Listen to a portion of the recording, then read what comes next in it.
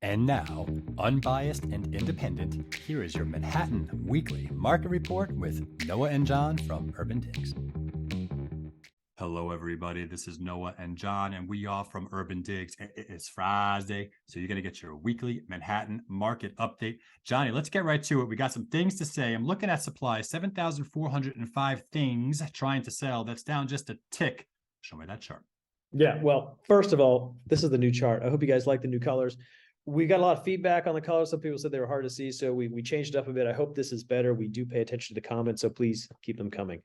Supply, overall supply. Noah, I mean, this record has been on repeat for quite some time. We are seeing supply slowly diminishing, and it's exactly on seasonal trend here. So down 1.3 on the week.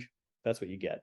It's a non-event. It's all about the bids, Johnny. Let's go over to pending sales. That's what it's all about. It always has been about the bids.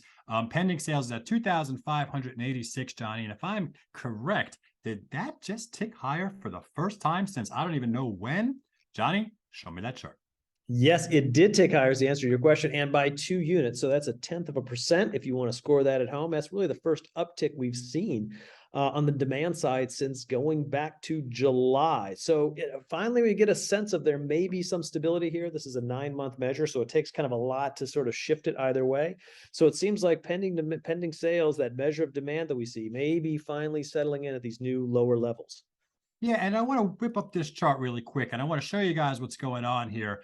Because I have people telling me that, oh, pending sales, it's not down to where the pandemic was. We still have further to go. It's not about that at all. You know, try to think about the relative shift, the relative change. Where did we come from? Look at where we were at our highest peak in 2021 and look at that fall. You can even take a look at where we were in 2022 and look at that fall. And now look at the fall of where we were in 2019 to the bottom in COVID.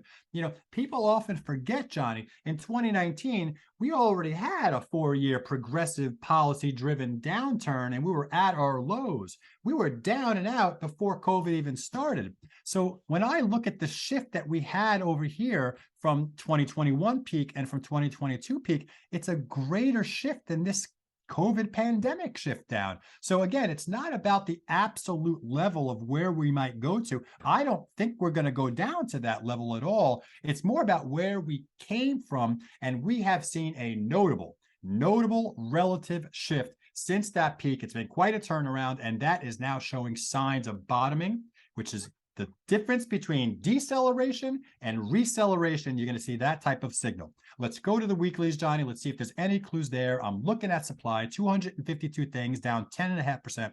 Show me that chart. Yeah, and again, this the weekly supply narrative is exactly the same as sort of the overall supply narrative, and that's that you're seeing weekly declines. And if you look at those lines there, the columns that represent this year are right in line with all those lines, because this is what supply does at the end of the year. And again, next week is Thanksgiving. Probably not going to be a lot of listings that week. And then we get in December and we have the holidays, not going to be a lot of listings those weeks. So it's going to be a quiet period in terms of what's hitting the market here, Noah. Yeah, you're going to have to wait until about February for the next active season. So if you're a buyer looking for a surge in holiday inventory, a holiday gift of all this inventory, it is not going to happen. It's just not going to happen until the next listing season. So you got a couple of months there. Let's shift, Johnny, to contract signed. That 1 week of measure of demand, 165 deals done. That's also down about 10%. Show me that chart. Yeah, and this chart compared to the weekly new listings is a little bit noisier as you get into the end of the year, but that trend is still in place, right? And so November 18th this week, we are down roughly 11% from the last week. And, you look at where that seasonal trend is going, and it's probably going to be a little bit, less each week as you get into the close of the year. And that is to be expected. And that does make me think that there is not a lot of robustness that's powering that pending sales number that we were talking about earlier here, Noah.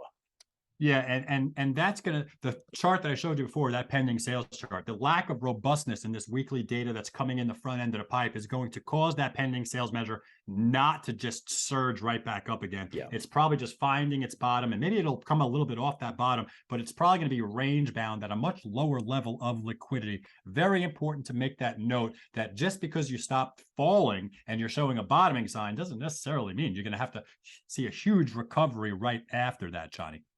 Let's shift to the chart du jour. This is always a great, great timely piece. Time is a negotiation killer in this business. And when we break out how long something has taken to get a contract signed and what the relative discount from the original ask is, it looks like this chart. And Johnny, I'm just going to go over some numbers here.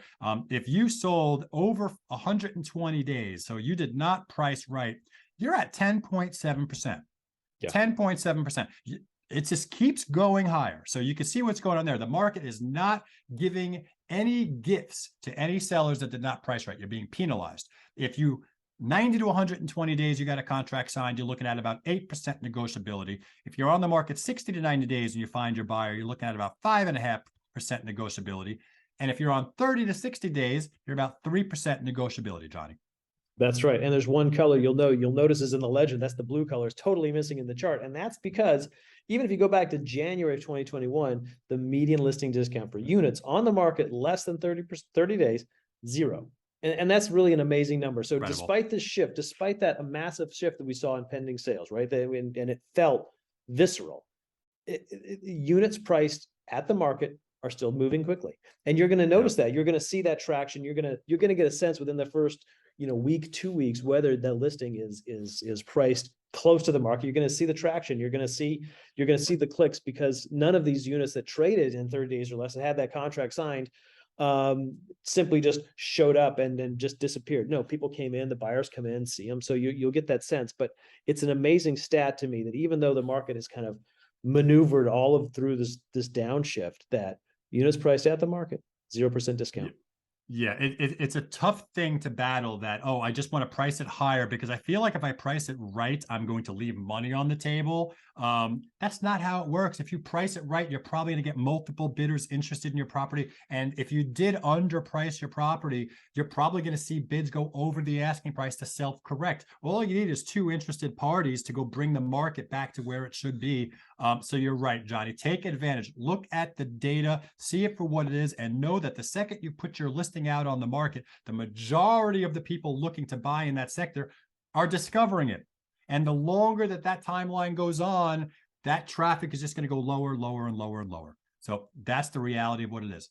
John Walkup, thank you for pulling up all that data. The industry loves you for doing this. I am Noah Rosenblatt. We're both from UrbanDigs. Don't forget, if you guys got questions, we got answers. Just visit our forum right over there. If you want any of the reports that we just whipped up today, it'll be right over here soon. And don't forget to take a look at this Eye of the Storm as Buyers Still in Control piece that I put out myself yesterday. I think it's a very timely and important piece, and I want you guys to understand where I think we are in this cycle.